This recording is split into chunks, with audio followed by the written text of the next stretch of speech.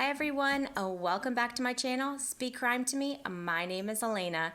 Today I am back covering the Murdaugh trial. I'm going to recap day 13 of the trial. Say that I feel like today's testimony so far was a very powerful and testimony on the prosecution side. We did hear from the Murdaugh's housekeeper, and she was very close to Maggie, and she dropped a few bombshells, so let's get after it.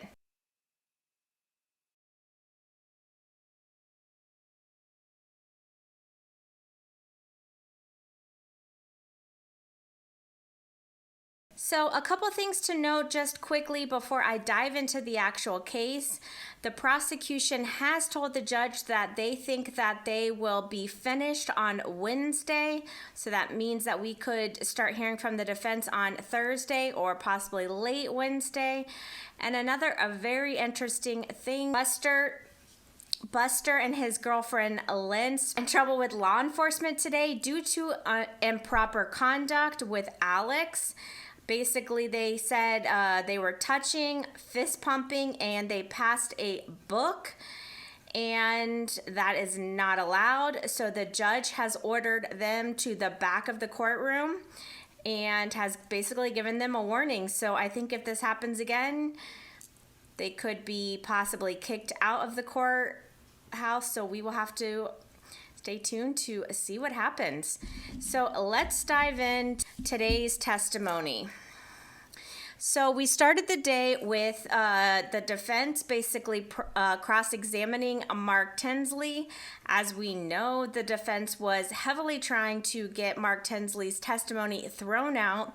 So they didn't really cross-examine him too much, just basically asked him a couple basic questions and was trying to get him to say a yes or no answer to the question that on the June 10th pretrial for the boat crash, that Alec Murdaugh's finances wouldn't have been exposed, but they had a little banter back and forth and he was off of the stand pretty quickly.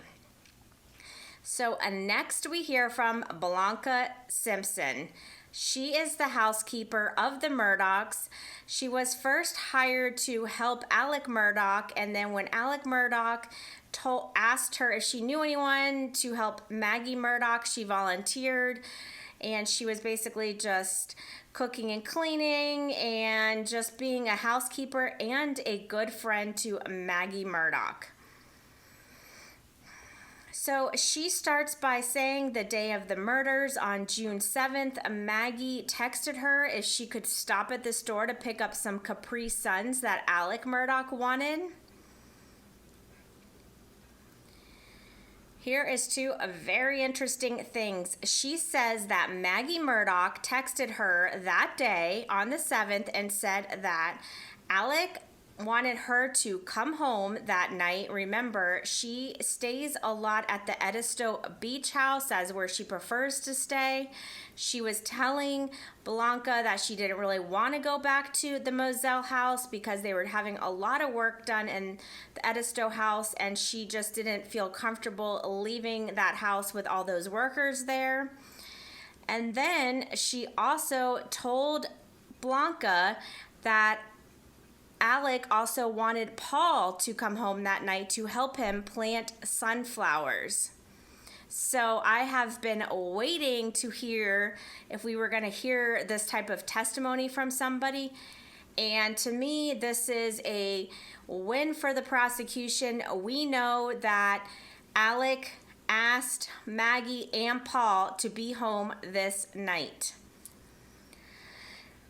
She also claims that she saw Alec leave for work that day. He was wearing a leather brown loafer work shoes with khaki pants, a seafoam polo shirt, and a blue sports jacket.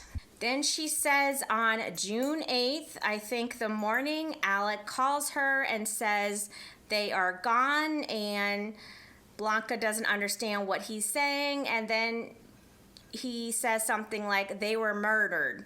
and she immediately goes to meet Alec Murdaugh. Alec asks her if she can go to the Moselle property and clean up the house like Maggie would have wanted, and Blanca then heads to the Moselle house. She mentions when she walks in, it's just a very strange feeling, like just very quiet, and she notices because she made dinner for the Murdaughs the night before on the 7th that the pots and pans were not on the stove. She said that the Murdaughs did not clean up after themselves, and she found the pots and pans in the refrigerator with the lids on. And she said that was extremely unusual. Another thing that she notes is very unusual is she finds Maggie's clean pajamas and underwear laid out on the ground of the laundry room. She notes that Maggie does not lay out her clothes like that, and that she also does not wear underwear with her pajamas. So another very unusual thing that she points out. Another thing she says is that she finds khaki pants by the shower. She took them to the laundry room and later washed them.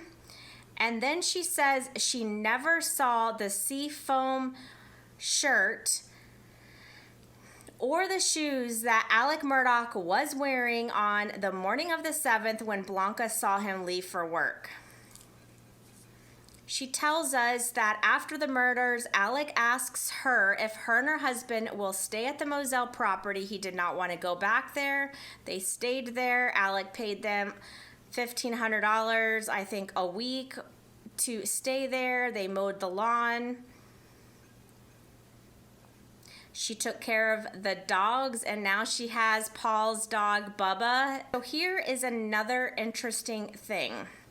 When we heard from Shelly Smith, who is Alec Murdaugh's mom's caretaker, she testified that she saw Alec Murdaugh wear like Sperry boat shoes the night of the 7th when he stops by to see his mom. Blanca confirms that she never saw those Sperry boat shoes again after the night of this, or after the day or night of the 7th. All right, remember back again when Shelly Smith was testifying that she recalls a conversation that her and Alec had where Alec was basically trying to get her to say that she was at the house for 30 to 40 minutes. That made her uncomfortable. He was only there for 20 minutes, and that has been proven now. So Blanca says that Alec Murdaugh approaches her days after the murders and says that he has a bad feeling and asks her if she remembers the Vineyard Vines shirt he wore that day. And she said that stuck out because I know he did not wear a Vineyard Vine shirt that day because before he left for work, she fixed his collar. A couple of days after the murders, Blanca is vacuuming and cleaning out Maggie Murdaugh's SUV, and she finds her wedding band. Again, she says that's very strange. She didn't really elaborate on that, but just found it as she was vacuuming her car. She recalls a situation where she arrives at the Murdaugh's house and Maggie asks if they can speak, that she has something important to tell her. And she tells Blanca that she is feeling very anxious and uncomfortable about the $30 million boat crash lawsuit that they are facing, that they don't have that kind of money, and that Alec doesn't always tell her everything that is going on. Play that dog video again with Bubba in there, and she confirms that she hears 3 voices: Maggie, Paul's, and Alec Murdaugh. So this is probably, 5 or 6 now of individuals who know the Murdaughs very well and are all claiming that they hear Alec Murdaugh's voice on that video. The defense starts cross-examining Blanca, and again, they're just trying to go after that Alec was a great guy. He had a great relationship with Paul, that him and Maggie had a great relationship. They ask, have you ever seen them fight? And she says, not really. That Maggie would get a little that she just needed like 10 minutes of Alec's time, and they were like bickering over paint colors or something like that for the Edisto property. They also get her to say that the cell phone signals are spotty at the Moselle property, that Paul would leave guns all over, like we've heard that she even found a gun in the kennels one time. A win for the defense here. They asked her what size shirt or jackets does Alec Murdaugh wear. She says a 2XL. We know that raincoat is a large. They also showed her that Snapchat video of Paul and Alec out in the yard around 7:38 p.m. the night of the murders, and she notes that he was wearing a different shirt in that video from the one that he left in that morning, and that he leaves clothes at his office. They also go over a series of text messages or conversations that Maggie has with Blanca, that she's really concerned about Alec because Alec's father's back in the hospital and it's a lot of pressure on him, and he's worried that Alec might not be getting a lot of sleep and taking care of himself. And the prosecution comes back and gets Blanca to say that even that shirt that Alec was wearing on that 7:38 p.m. video on the 7th is missing. All the clothes on the 7th have gone missing. And that he bought new clothes after the murders, but then the defense comes back and counterclaims that he's lost a lot of weight, so he would have had to buy a lot of new clothes. Then she steps down and we have a very short conversation with Belinda Rast. She is one of Libby Murdaugh, so Alec Murdaugh's mother's caretakers. She works from 8 p.m. to 8 a.m. I don't really know, again, why they brought her on the stand. They established that Paul Murdaugh was around the house a lot, was probably around the house more than any of the other grandkids, and loved to bring ice cream for his grandma, and just really showed a great relationship with them. Then we have a Matthew Wild. He is a FBI special agent. He manages the unit that digs into cell phone data. He basically just kind of outlines that Paul's phone was pinged traveling from 6:15 to 6:53, and then he gets to Moselle around 7:05, 7:30. His phone pings at a tower at 8:38 near the kennels.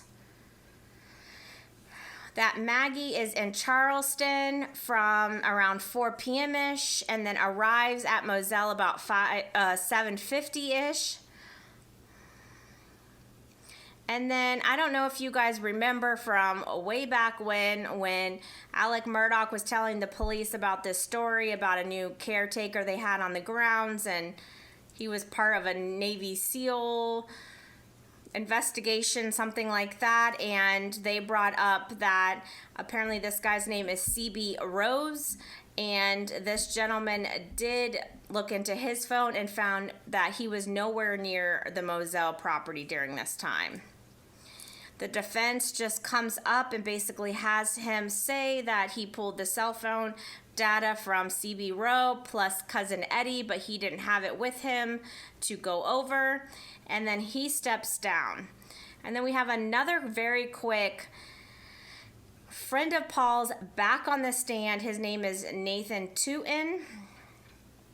I don't really know, again, why they have him on the witness stand. He just basically, the prosecution wanted him to admit that Moselle only had one entrance at a time, so that everyone would go through that main entrance, and that was the entrance that you would have to go by the kennels. But then he says that Maggie and Alec used the other new entrance. However, he did say that if the boys or someone was at the kennels, then the Murdaugh family would drive out that way. They also show him that dog video. He says as well that he hears 3 voices: Paul, Maggie, Alec. He at one point worked for Alec Murdaugh. He was a runner, as he called it, and just basically was running court documents or whatever the law firm needed.